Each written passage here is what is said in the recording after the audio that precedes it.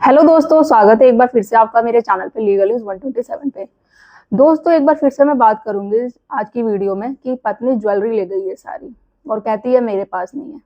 तो पति कैसे साबित करे कि जो ज्वेलरी है सारी पत्नी ही ले गई है। ठीक है, तो मैं ऐसा एक आपको फॉर्मूला बताऊंगी, ऐसे तीन चार कुछ पॉइंट बताऊंगी।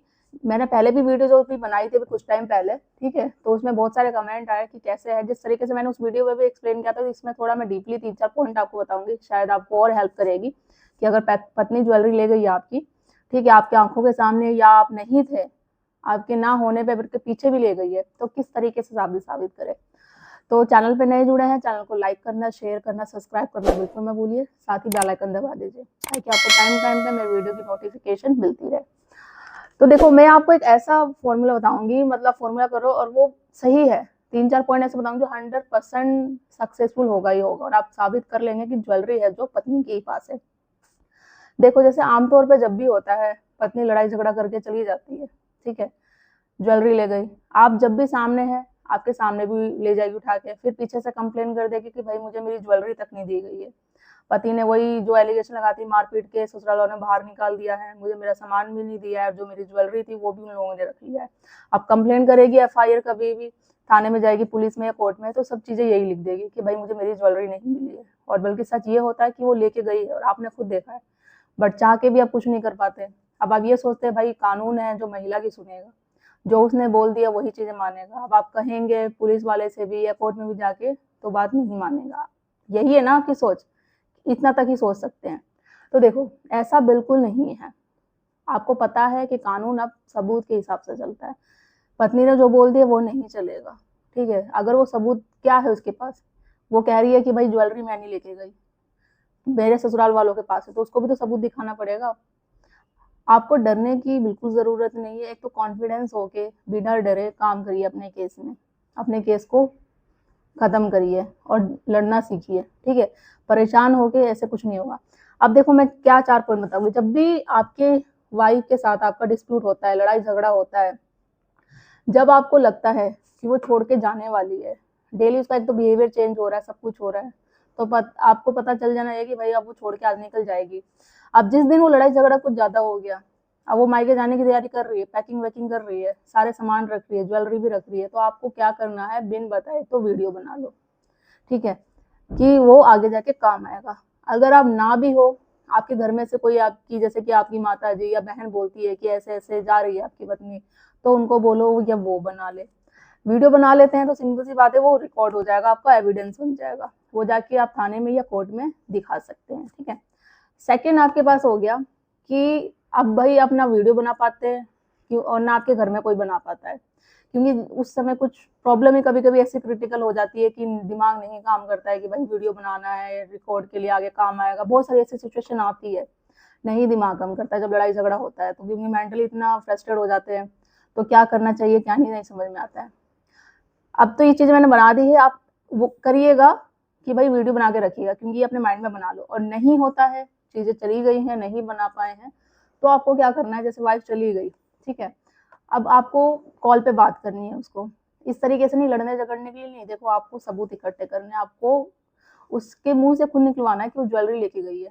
तो कॉल पे बात करो, कोशिश करो, आप लड़ाई झगड़ा मत करो, उसे बोलने दो, और किसी ना किसी बहाने से ये बुलवा लो कि हाँ ज्वेलरी वो लेके खुद गई है, और वो एक्सेप्ट कर ले फोन पे कि हाँ मैं ज्वेलरी लेके गई हूँ, मेरे पास है। अब मैं ये बोल दूंगी भाई आगे जाके थाने में या कोर्ट में कि ज्वेलरी मैं तो ले ही नहीं गई हूँ, तुम्हें फंसाऊंगी, देखना तुमसे ज्वेलरी भी लेकर आ गई, डबल पैसे भी लूंगी, जो भी है, मतलब आपको बुलवाना है उससे, और कॉल रिकॉर्डिंग रखनी है, फिर वो एविडेंस में एज ए आपके पास काम आएगा।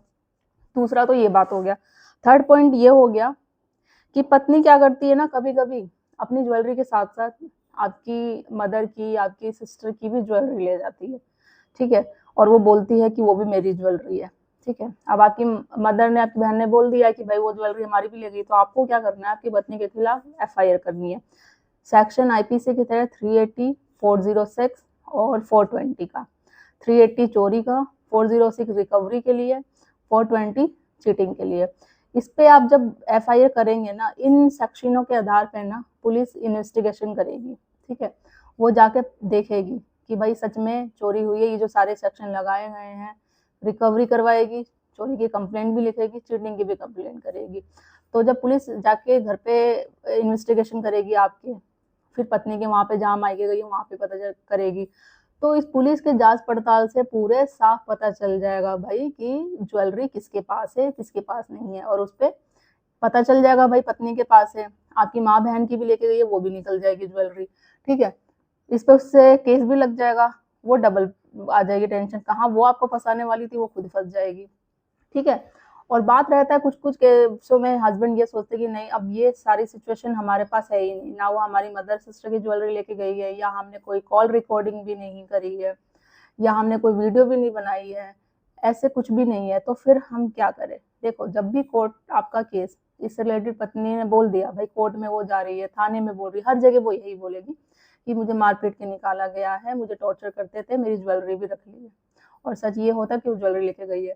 तो आपको क्या करना है, जो मैंने ये 4 सिचुएशन बताई है, पहले तो आप ये करो। अगर ये पॉसिबल नहीं है, इनमें से आप कुछ नहीं हो पाता है, चांस होता है, डिपेंड ऑन केस कि क्या आपकी केस की कंडीशन है, क्या सिचुएशन है, उस हिसाब से तो आप कोर्ट में डायरेक्ट बोलो।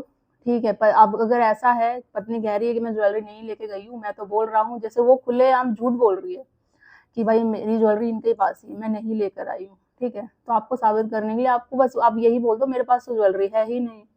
ठीक है, आपको नहीं लगता कि नहीं, आप मेरे घर पे पुलिस भेज दो, करवा लो जांच पड़ताल, पता चल जाएगा, इन्वेस्टिगेशन करवा लो कि ज्वेलरी किसके पास है किसके पास नहीं है, वो पता चल जाएगी।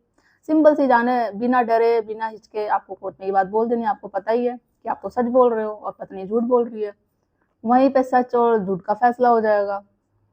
भाई जाएंगे पुलिस वाले बोलेंगे ठीक है मैडम आप बोल रहे हो कि आपके पास ज्वेलरी नहीं है, इनके पास ज्वेलरी है, तो कोई तो सबूत होगा, दिखाओ। या आगे से फिर वो कोर्ट वाले ऑर्डर दे देंगे कि हाँ भाई इन्वेस्टिगेशन के लिए कि घर पे जांच पड़ो, पहले आपके घर पे जाएंगे या फिर उसके घर पे जाएंगे, पत्नी के किसी भी जाएंगे, पता चल ही जाएगा। कहाँ तक छुपा के रखेंगे, पता तो चलेगा ही ना। वो चीजें हैं, तो वो सारी चीजें हैं। और एक चीज और कि अगर आपकी मदर या सिस्टर की भी ज्वेलरी नहीं होती है ना, तो आप देखो वो झूठे आरोप, इतना बड़े बड़े आरोप लगा रही है, आप एक और झूठा लगा दो, क्या फर्क पड़ेगा। केस से बाहर ही निकलना है ना, साबित तो करना ही है ना। वो इतने बड़े बड़े एलिगेशन लगाती है, वो इतने बड़े बड़े झूठे लगाती है, किस लिए, मोटिव उसका पैसों के लिए, या आपको सबक सिखाने के लिए, आप पे प्रेशर बनाने के लिए, या बोलते हैं आपकी जिंदगी बर्बाद करने के लिए। तो आप ये सब चीजों से बाहर उभरने के लिए तो एक तो छोटा झूठ बोल सकते हैं जिससे आपका फायदा हो। बोल दो नहीं भाई मेरी मदर उस सैलरी के लिए गई है, और जब इस पे सेक्शन आप ये सारे लगाओगे 380, 406, 40, तो 100% पुलिस इन्वेस्टिगेशन करेगी और उससे साफ पता चल जाएगा भाई ज्वेलरी किसके पास है। तो ये है टेक्निक, आप ये अपनाओ। I am damn sure, I am 100% sure result आपके सामने आएगा ही आएगा। तो ये करके देखिए, पता चल जाएगा कि ज्वेलरी पत्नी सच में ले गई है। तो इस तरीके से साबित करना है आपको कि पत्नी के पास ज्वेलरी है। घबराने की, डरने की किसी की भी आपको जरूरत नहीं है, कॉन्फिडेंस होके आपको लड़ना है। ठीक है, तो आई होप आपको हेल्प मिली होगी। कुछ क्वेरी हो कमेंट में करके पूछ सकते हैं, और मेरे चैनल को सब्सक्राइब करना बिल्कुल मत भूलिए। जल्दी मिलती हूँ मैं ऐसी इन्फॉर्मेटिव वीडियो के साथ, तब तक के लिए थैंक यू।